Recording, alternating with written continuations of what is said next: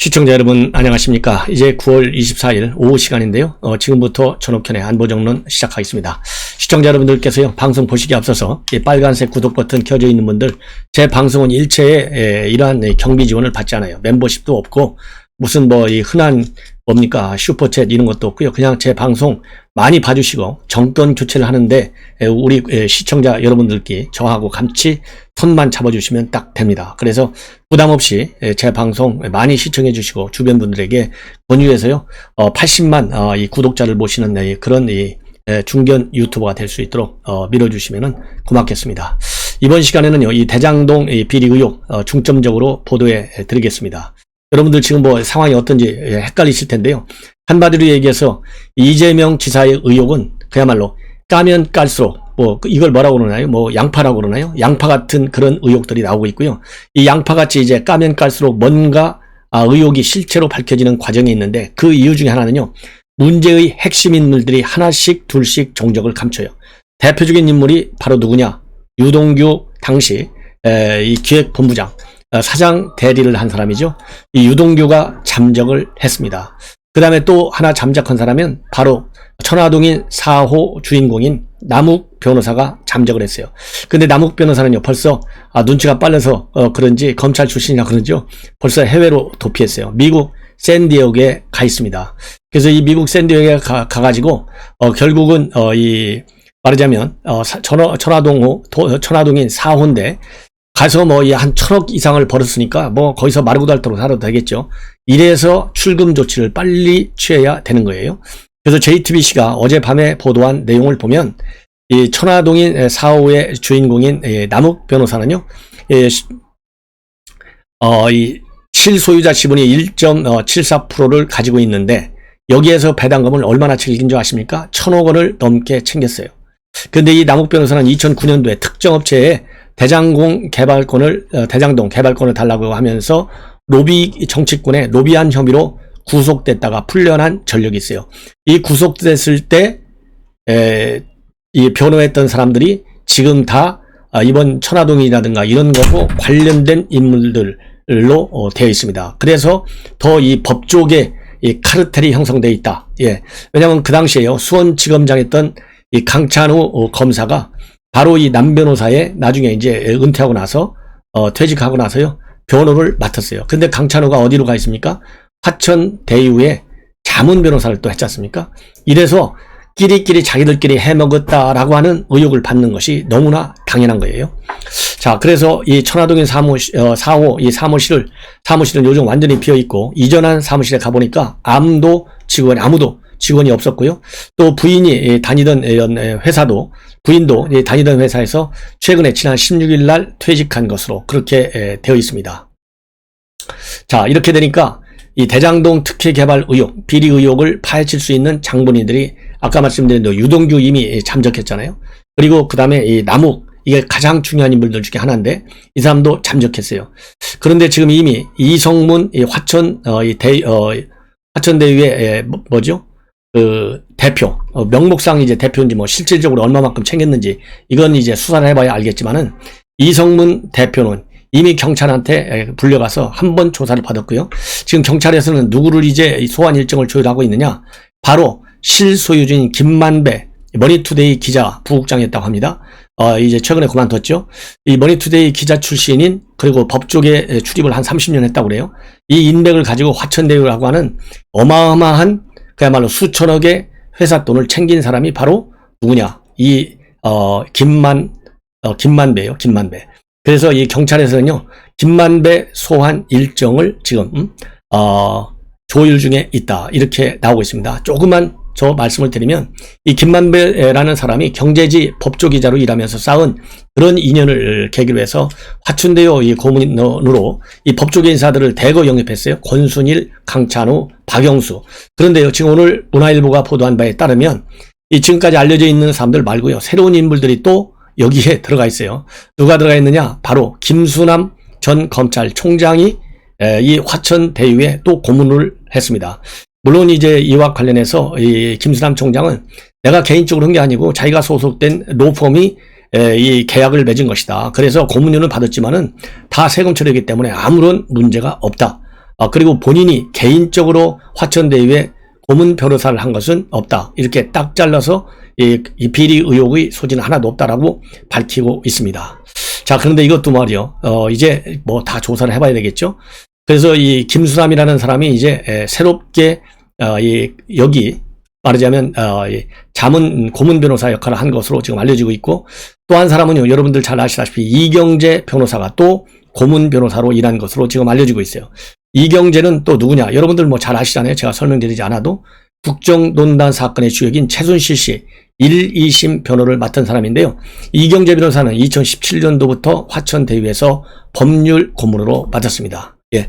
그리고 아까 말씀드린 대로 이 남욱 이 변호사, 이 사람은요, 천화동에 사업 가지고 있는데 2009년도에 말이죠, 대장동 일대 부지 개발 사업이 추진되는 과정에서 LH공사가 본래 하게 돼 있는데, 이 LH공사가 사업을 포기하도록 말하자면 부동산 업자한테서 8억 3천만 원을 받았어요.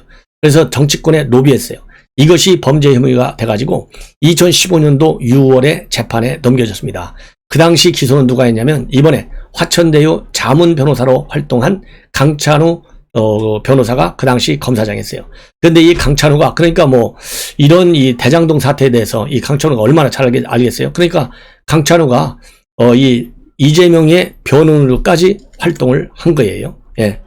그리고 또 이 남 변호사의 변호를 담당했던 변호사가 지금 각각 화천대유 고문하고 그다음에 천화동인 6호를 소유하고 있는 강남 소속 변호사, 즉 조연성 변호사, 그리고 강남 소속이었던 박영수 특검, 이런 분들이 전부 여기에 다 이름을 올리고 있어요.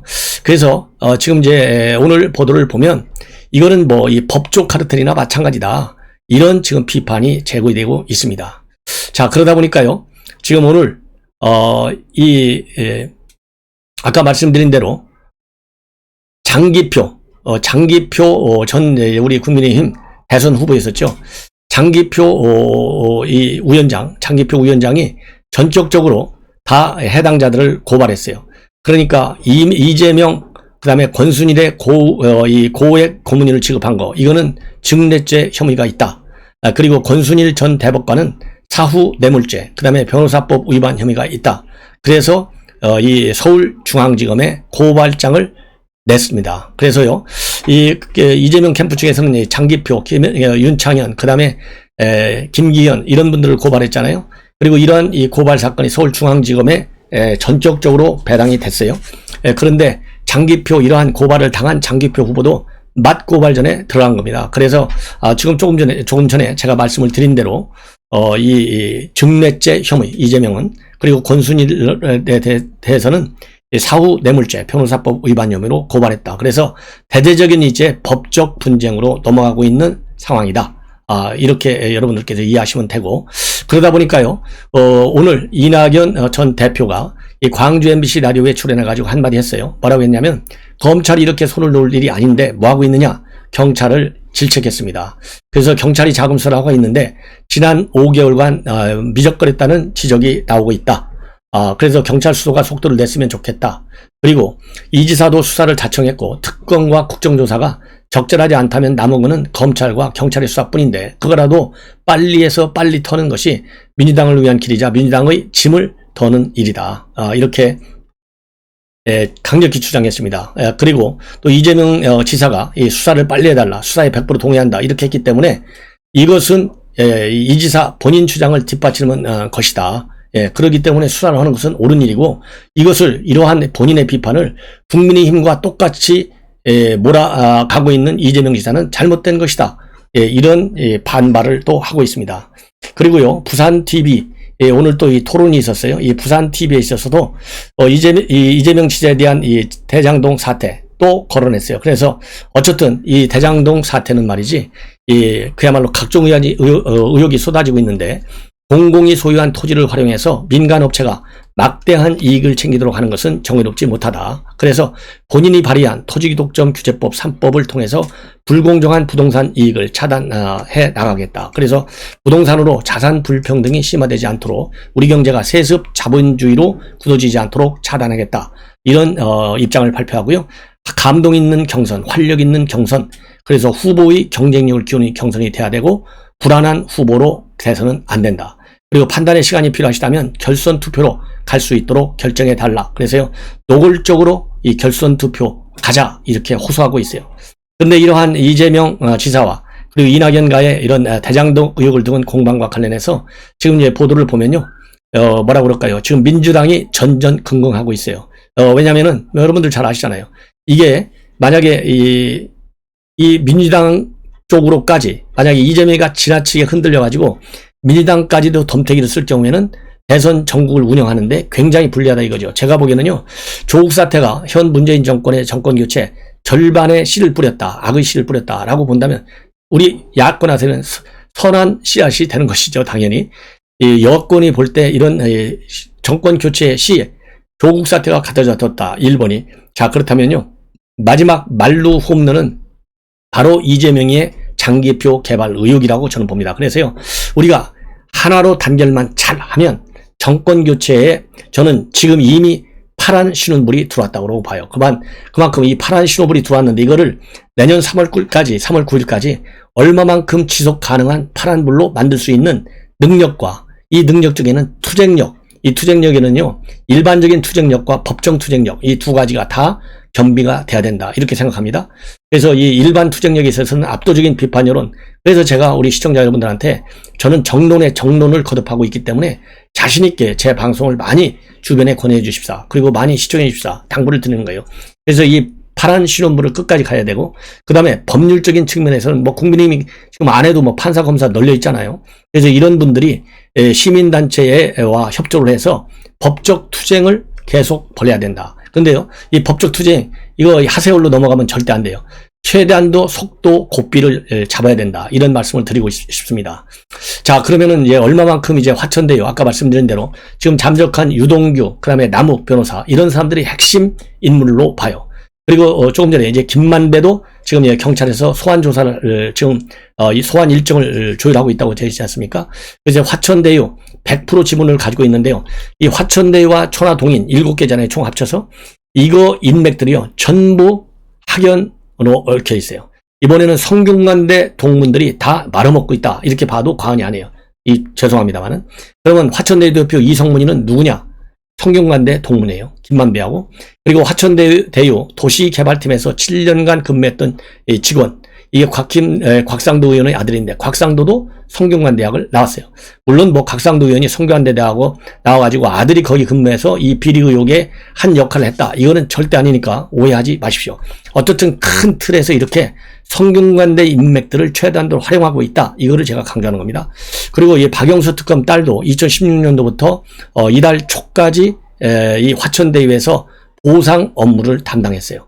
그리고 또 화천대유하고 이 자회사격인 천화동인 4명도 성균관대에서 동양철을 전공한 김만배 씨가 중국 고전 주역에 관심이 많아서 정했다, 이렇게 알려지고 있습니다.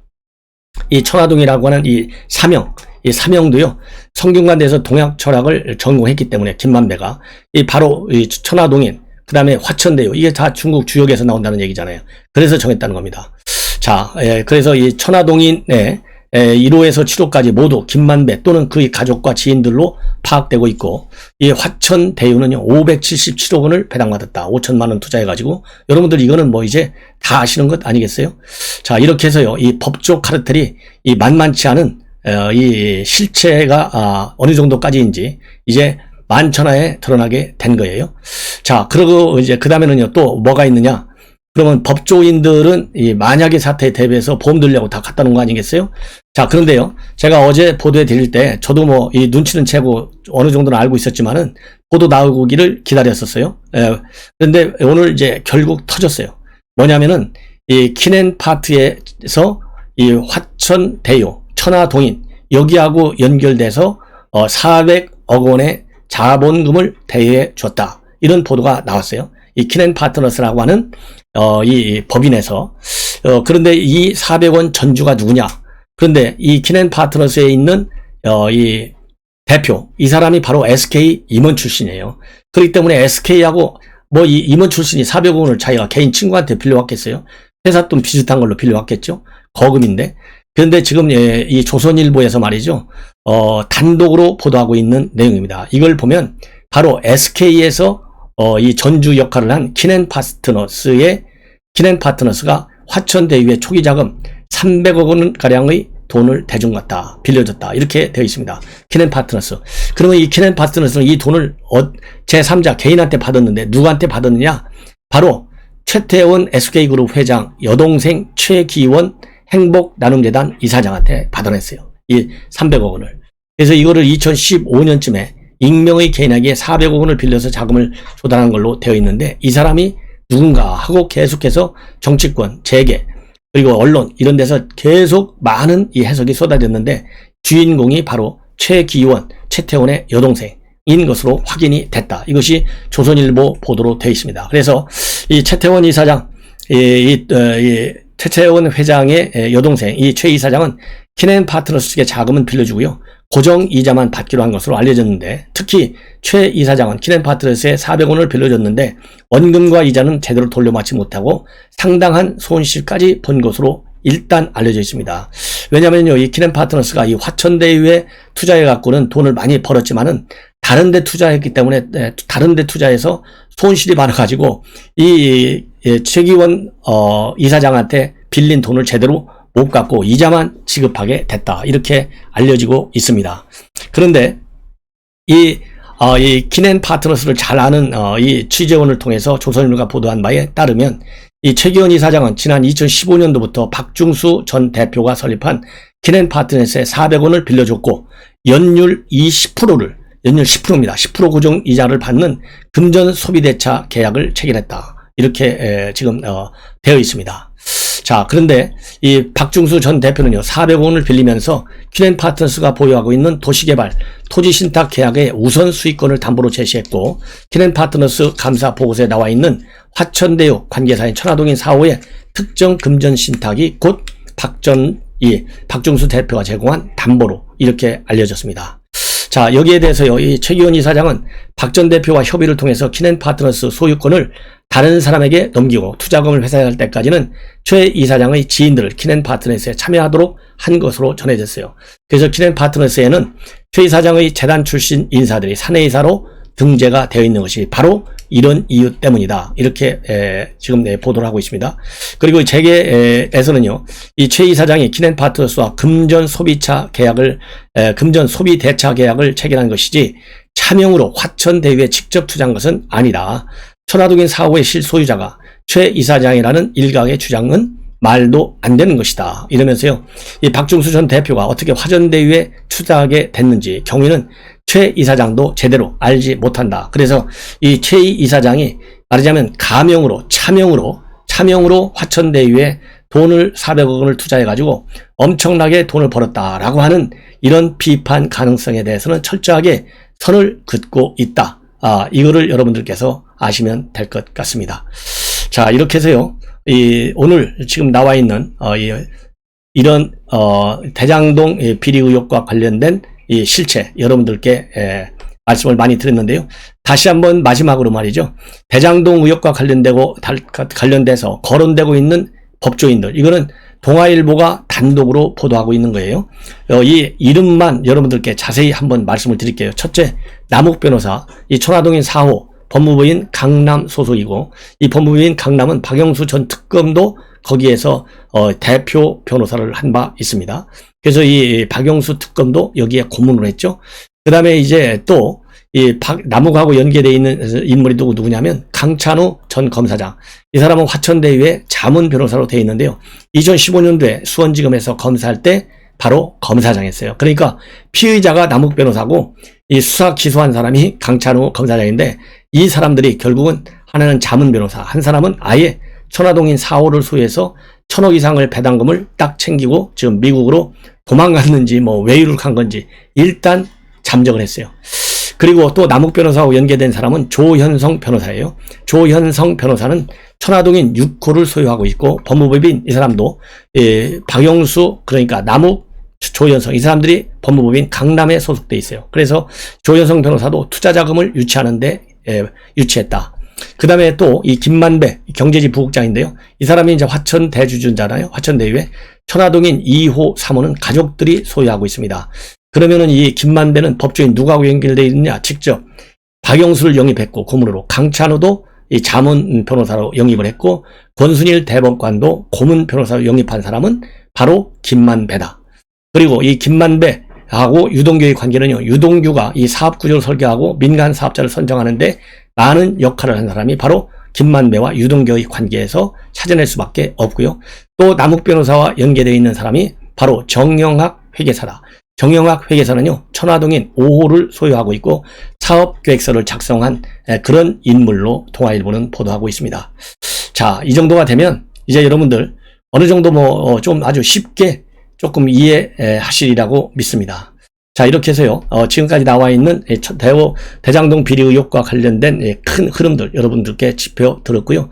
이 대장동 비리 개발 의혹과 관련해서 여러 사람들이 이제 이 앵무새 같은 사람들 있잖아요. 고민정에서부터 시작해갖고 윤건영, 또 이 김남구, 이런 사람들이 어떤 말과 또 이 행태를 보이고 있는지 이어서 보도해드리도록 하겠습니다. 시청자 여러분들 많은 시청을 당부드립니다. 고맙습니다.